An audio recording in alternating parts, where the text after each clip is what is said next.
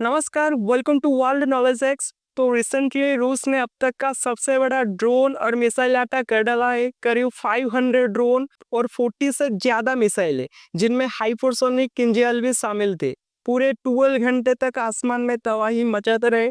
इसका निशाना सिर्फ मिलिट्री बेस नहीं थे, बल्कि स्कूल, हॉस्पिटल, फैक्ट्री और रिहायशी इमारत थी। मतलब साफ है, ये सीधा सीधा आतंक मचाने वाला अटैक था। कीवी यानी यूक्रेन की राजधानी और उसके आसपास के इलाकों पर ताबड़तोड़ हमले हुए। रिपोर्ट्स के मुताबिक कीवी का कार्डियोलॉजी इंस्टीट्यूट सीधा हिट हुआ या 4 लोगों की मौत हो गई, जिसमें एक 12 साल की बच्ची भी शामिल थी। ओडिशा, जापोर्जिया, मिकोले, सुमी और चेन्नई भी ये सब टारगेट पर थे। सिविलियन इमारतें जैसे टायर फैक्ट्री और रेसिडेंशियल बिल्डिंग्स पूरी तरह तबाह हो गए। इमरजेंसी सर्विसेज के लोग लगातार काम कर रहे हैं, लेकिन आप सोचिए, जब आपके हॉस्पिटल, आपके खाने की फैक्ट्री, आपके रहने की जगह ही निशान बन जाए, तो ये सीधा मैसेज है, रूस अब सिर्फ मिलिट्री नहीं, आम जनता को भी टारगेट कर रहा है। जेलेंस्की ने अपने एक सेकंड पर लिखा कि ये deliberate target terror against ordinary citizen, यानी साफ साफ आतंक। उन्होंने कहा ये अटैक सिर्फ बमबारी नहीं था, ये पूरी दुनिया को मैसेज है कि रूस किसी भी तरह शांति नहीं चाहता। जितना वक्त रसिया को एनर्जी रेवेन्यू मिलता रहेगा और जितना वक्त उसका शैडो फ्लीट चलता रहेगा, वो युद्ध को फाइनेंस करता रहेगा। जेलेंस्की ने तो यहाँ तक वो कह दिया कि अब वक्त आ गया है कि दुनिया ट्रम्प की टेरिफ स्ट्रेटेजी अपनाए और रसिया के हर इंपोर्ट पर कड़ा एक्शन ले। एग्जैक्टली अब यहाँ दो बात निकलकर सामने आती है। पहला, जेलेंस्की सीधे सीधे ग्लोबल लीडर्स पर दबाव बना रहे हैं, और सेकंड, वो ट्रम्प का नाम लेकर ये मैसेज दे रहे हैं कि शायद बाइडेन एडमिनिस्ट्रेशन उतना स्ट्रॉन्ग स्टैंड नहीं ले रहा। अब सवाल है, इस अटैक का इमीडिएट इफेक्ट क्या हुआ? सबसे पहले लोगों में डर और पैनिक। इमेजिन कीजिए, अगर 500 ड्रोन एक साथ किसी शहर पर अटैक कर दे तो एयर डिफेंस भी थक जाएगा। दूसरा, इंफ्रास्ट्रक्चर डैमेज। ब्रेड यूनिट और टायर फैक्ट्री का हिट होना सिर्फ सिंबॉलिक नहीं है, बल्कि ये फूड सप्लाई और ट्रांसपोर्टेशन चेन को हिट करने की कोशिश है। तीसरा, साइकोलॉजी इम्पैक्ट। रसिया ये बताना चाहता है कि वो जब चाहे, जिस स्केल पर चाहे, अटैक कर सकता है। ऑलराइट, तो मतलब साफ है, ये सिर्फ मिसाइल या ड्रोन्स नहीं थे, ये एक मैसेज था। अब सोचिए दोस्तों, क्या ये नॉर्मल वॉर स्ट्रेटेजी है या फिर रसिया अब पूरी तरह साइकोलॉजिकल और टेरर टैक्टिक्स पर उतर आया है? तो दोस्तों, हमने जाना कि रसिया ने किस तरह यूक्रेन पर अब तक का सबसे बड़ा ड्रोन और मिसाइल अटैक किया, लेकिन अब सवाल ये उठता है, रूस इस वक्त ये सब क्यों कर रहा है और दुनिया का रिएक्शन क्या है? सबसे पहले चलते हैं यूनाइटेड नेशन जनरल असेंबली, जिसका शॉर्ट फॉर्म है यूएनजीए की तरफ। रूस के फॉरेन मिनिस्टर सर्गी लावरोव ने वहां खड़े होकर कहा, रसिया नेगोशिएशन के लिए तैयार है, लेकिन एक शर्त पर। शर्त ये है कि रसिया की सिक्योरिटी कंसर्न, रसियन स्पीकिंग लोगों के अधिकारों को मान्यता दी जाए।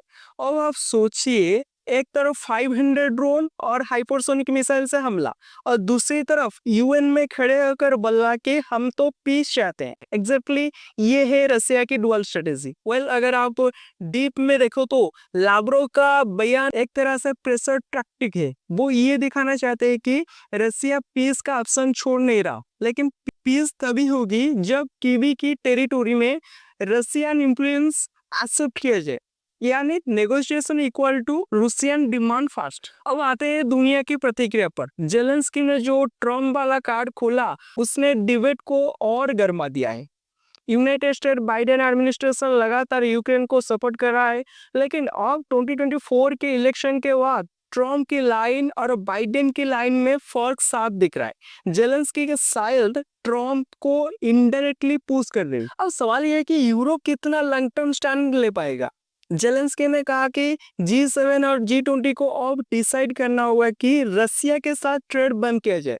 But you know what, G20 में इंडिया, ब्राजील, साउथ अफ्रीका जैसे कंट्रीज है जो रसिया से ट्रेड कर रहे हैं, यानी कंसेंसस बनना मुश्किल है। सो दोस्तों, दुनिया का रिएक्शन अभी डिवाइडेड है। कुछ देश हार्ड लाइन ले रहे हैं, कुछ देश एनर्जी सिक्योरिटी की वजह से सॉफ्ट लाइन। एग्जैक्टली यही रसिया का चाहता है, divide and rule. Ukraine authorities ने कहा कि अटैक में ईरानियन मेड शहीद ड्रोन से इस्तेमाल किए गए। नाउ ये क्यों इंपॉर्टेंट है? क्योंकि ईरान और रसिया की मिलिट्री पार्टनरशिप पिछले कुछ सालों से बढ़ रही है। ईरान अपने ड्रोन्स एक्सपोर्ट करता है और बदले में रसिया से ऑयल और मिलिट्री टेक लेता है। दिस मीन्स यूक्रेन का युद्ध अब सिर्फ रसिया यूक्रेन तक सीमित नहीं है, ये एक तरह से ग्लोबल प्रॉक्सी वॉर बन चुका है। Think about it, Russia drones ले रहा है ईरान से, यूक्रेन डिफेंस ले रहा है नाटो और यूएस से, और बीच में सिविलियन पॉपुलेशन मार खा रहे हैं। तो क्या ये सिर्फ रसिया यूक्रेन वॉर है या फिर ये वेस्ट बेस रूसिया ईरान का हिडन वॉर है? ऑलराइट, अब एनर्जी एंगल पर आते हैं। जेलेंस्की ने कहा कि रसिया की वॉर मशीन तब तक चलती रहेगी जब तक उसे एनर्जी रेवेन्यू मिलता रहेगा। रूसिया की जो ऑयल और गैस एक्सपोर्ट है उसकी इकोनॉमी की बैकबोन है। वेस्टर्न सैंक्शन ने ऑफिशियली रूसिया की इकोनॉमी को टारगेट किया, लेकिन रसिया ने एक नया तरीका निकाला, शैडो फ्लीट। अब ये शैडो फ्लीट क्या है? बेसिकली पुराने ऑयल टैंकर्स जिनके ओनर अननोन होते हैं, वो रूसिया का ऑयल दूसरे देशों तक पहुंचाते हैं और ये शिप्स इंटरनेशनल मॉनिटरिंग से बच निकलते हैं और रसिया को रेवेन्यू देते रहते हैं।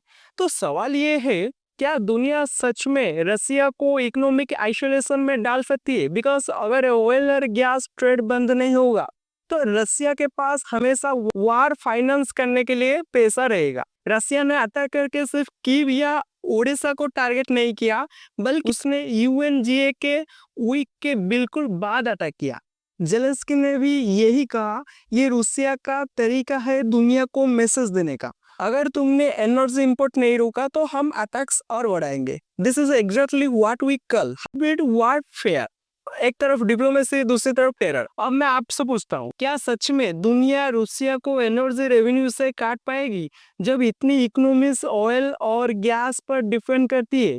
Drop your thought in the comments, क्योंकि ये डिबेट सिर्फ यूक्रेन तक सीमित नहीं है, ये पूरी ग्लोबल पॉलिटिक्स को हिला रही है।